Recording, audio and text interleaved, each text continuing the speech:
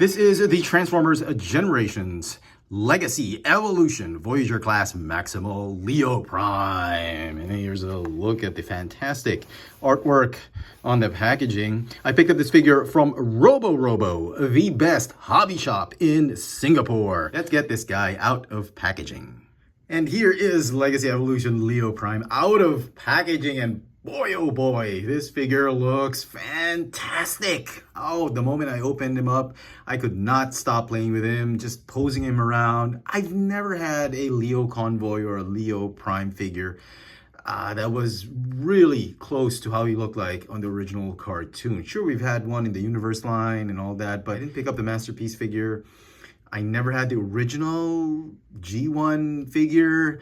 So this is a first for me, and I am just loving it. I honestly thought this was going to be a weak figure, but it definitely surprised me. Let's begin with some comparisons. Here he is with Voyager class Dinobot and Chefatron. And here he is with Primal and Prime. So he's a decent sized Voyager class figure. He's on the small side. He's not on the huge or large size or medium size. I think he's right there on the small side in terms of height, head to toe. But because he has a lot of all these kibble, the animal parts, the beast parts are on off to the side, I guess that's where most of the plastic went to. So it's understandable that he would be a little bit shorter than your regular sized Voyager class figure. On to the details of the figure. Wow, look at this. I honestly don't see how this could have gone any better. I mean, sure, there's a ton of animal kibble, but that was how the original toy was. And even in the cartoon, he did have the animal parts hanging off to his side. I think it's great. You get to see a more proportioned Leo Prime or Leo Convoy. You got some amazing details right here on the robot chest. You got a fantastic head sculpt. The sculpting is just amazing. Look at that. And on the back, some kibble, yes, I know, but it's very, very manageable. So let's get plastic quality out of the way. Man, plastic quality is amazing. Nothing like that Armada Starscream. Plastic quality for these Evolution figures are just top notch. And I'm so happy that Hasbro has gone back to providing fans with the kind of plastic quality that we deserve. Absolutely spot on. I got nothing to complain about. The red plastic on his arms, I thought they were going to be cheap, but they're not. They just look cheap, but they're pretty good, pretty solid. One concern though is he has a ton of these gold plastic. Everybody knows, if you've been collecting these figures since the early 2000s, you know that Hasbro is notorious for using gold plastic that crumbles over time. This is the mustard gold plastic, and it seems to be a little bit more solid this time. I'm hoping what they say is true, that this kind of plastic will not disintegrate. It's unpainted, it's just the way it's been molded. It has a glossy mustard gold finish, and fingers crossed that they last longer. Now, let's talk about his battle mode. Now, there are several ways you can put his weapons. This is the first way. So he's got these pistols right here. He's got his extra blasters clipped onto his Wolverine claws right here, or sort of the animal's hair. They turn into sort of like melee weapons or claws. You can put the blasters there. And then the instructions say that you can fold out these talons, add additional Wolverine claws. So that's pretty cool. I actually like that. So he's got a ton of accessories. So this battle mode's okay. The other battle mode that you can do is you pop out these blasters with the thin pegs, and you can plug them right here on his shoulders or the lion's head. These blaster pistols, says you can actually plug them right here.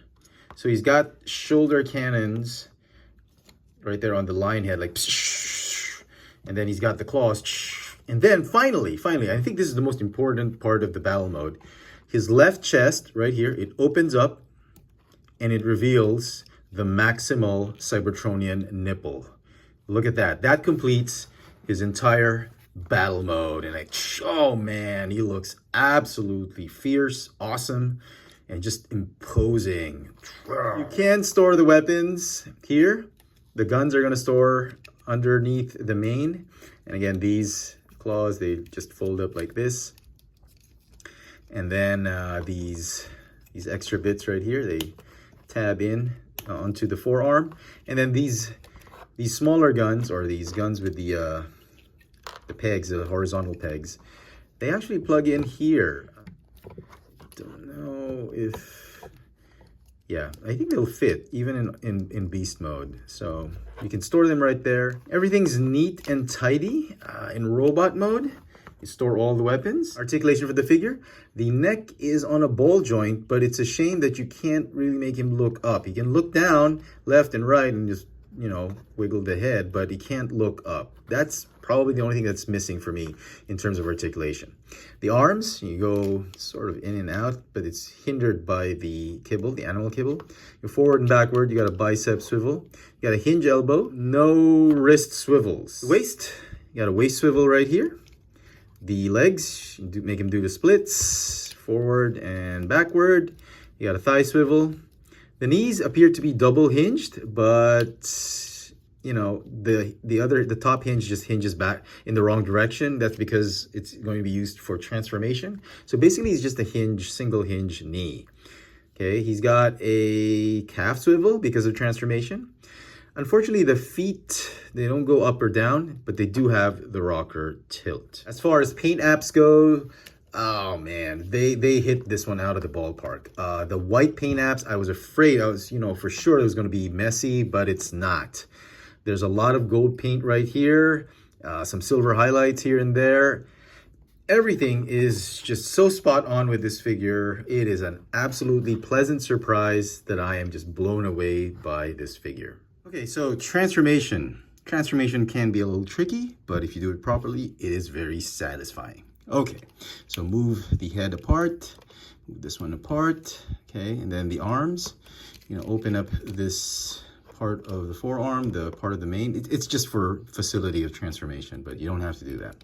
Okay, and then the animal legs, you fold it out like this, rotate. Same here, fold it out, rotate it like that. What you want to do is you want to lift this piece up like this, and then this entire section right here, you are going to swing it around like this. Okay, and then the chest, you are going to open it up. The head, fold it down, fold this part down, rotate, and fold it back up. And then you're going to swing out the biceps. Go ahead and rotate them 180 degrees like that. Fold up the shoulders, and then the fists, they're going to fold down like this. Okay, and then what you need to do is, you see these slots right there? They need to tab onto those tabs on the side of his neck. Okay, so you got to tab them there. It can be a little tricky, but you just have to line them up properly and then just slot them in. Okay, let me see if we can do this. Okay, do it like that, and then same thing here.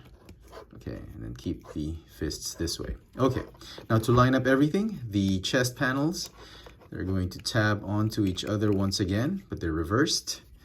Okay, then go ahead and fold these claws, or part of the mane, fold down this part of the mane, and then the shoulders of the animal, they're going to tab onto here. So just swing them out and make sure they're lined up. Tab them in, okay? Same thing on the other side. Go ahead and rotate and tab them in. Rotate the feet. They should be lined up. That's the front part of the lion. Okay, next, this piece right here, you're gonna squeeze it in under his hair or the mane. And then you're gonna tab them onto the body like that. Okay, and then the hind legs. Okay, you want to rotate the thigh and then rotate the calf. Rotate the thigh and then rotate the calf. And then the double hinge joints, you're going to fold them all the way up till it clicks. And here, all the way up. Don't stop at this point. You gotta fold it all the way up till it clicks. And then lower those legs. Fold up the heel spurs. Then this part right here, you're gonna fold out that tail. You're gonna fold down his, I guess, his rear end. It's gonna tab onto the waist piece or the hip piece. And then finally, this bit right here, just gonna tab it in and slot it onto those pegs right there. These are gonna slot underneath and tab. And there you go. That is essentially the transformation into lion mode or beast mode. It's looking more like a 90s Beast Wars instead of the anime version, because the anime version had robotic claws. I think he was more of a cybernetic lion than a real life Simba lion. But he looks great. He actually looks fantastic. There's some kibble robot parts here and there. It could still be seen. But overall, I am very, very, very pleased with this. Look how white that face is. You got yellow beady eyes. You got the mane going on here. It doesn't quite match. This is probably a nitpick of mine, but I kind of wish that the mustard yellow gold would be less mustard and more gold. Claws, talons, I guess I should say, are painted. And yeah, overall a very solid looking beast mode. For comparison, in beast mode, here he is with Chefatron and Optimus Primal, and he's actually pretty big in beast mode compared to these two other Voyagers. I do like his size in beast mode. So battle mode, in beast mode, you just flip out the top part of his mane to reveal the stored weapons. And the instructions say to actually flip out the side part of the mane and then put the guns right there. I actually prefer to just plug in the guns right here on the side of his mane, of his face. But yeah, I suppose this could work. If you plug it here, it looks more menacing. It has all the guns out. And so some final thoughts on this Legacy Evolution Leo Prime or Leo Convoy. I absolutely love this figure. I was pleasantly surprised at how well it was made. The design is amazing. Transformation was pretty cool. Both robot mode and beast mode are just phenomenal. This is my first ever cartoon accurate or G1 Toy accurate Leo Prime, and I couldn't be happier. I think Hasbro did a wonderful job on this figure. A few minor complaints. I wish the head could look a little bit further up, and the gold plastic that they used, albeit it's more stable now, it probably won't crumble. It's leaning too much on the mustard side. I kind of wish it'd be leaning more on the metallic gold side, but those are very, very small complaints. This is an amazing figure. If you have not made up your mind on whether to get this figure or not, I'm telling you now, you have to pick up this figure. If you love this character, this is a definite must-have. The figure is obviously going to get a 10 out of 10. Let me know in the comment section what you guys think of this Transformers Generations Legacy Evolution Voyager class Maximal Leo Prime. Hit that notification bell so you never miss out on any of my latest video reviews. And if it's your first time here, please subscribe. Thank you so much for watching.